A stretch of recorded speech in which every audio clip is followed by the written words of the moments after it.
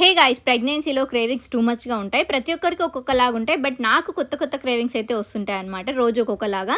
రోజు మార్నింగ్ అయితే నా ఫేవరెట్ కాఫీతో అయితే ట్రై చేశాను. సో డైలీ అయితే ఏం తాగాను. ప్రెగ్నెన్సీలో కాఫీ అంత గుడ్ కాదనేసి ఏదో ఒక రోజు తాగుతాను. సో ఇంకా కాఫీ కూడా తాగాను కాబట్టి లైట్గా టిఫిన్ చేయాలనిపించి పోహా అయితే చేసుకున్నాను. పోహా అయితే చాలా బాగా టేస్ట్ వచ్చింది. అండ్ మ్యాంగో సీజన్ కాబట్టి మ్యాంగోస్ని ఫుల్గా ఎంజాయ్ చేస్తున్నాను. సో మ్యాంగోస్ అంటే చాలా ఇష్టం నాకు. అది కూడా చాలా స్వీట్గా ఉండే మ్యాంగోస్ అనమాట. అండ్ మీల్స్ మధ్యలో ఇలా మ్యాంగోస్ కానీ ఇంకా ఏదైనా తినాలి అనిపిస్తుంది. ప్రెగ్నెన్సీ టైంలోనే కాదు, ఇన్ జనరల్గా కూడా మీల్స్ మధ్యలో లైట్గా ఆకలి వేస్తుంది కదా.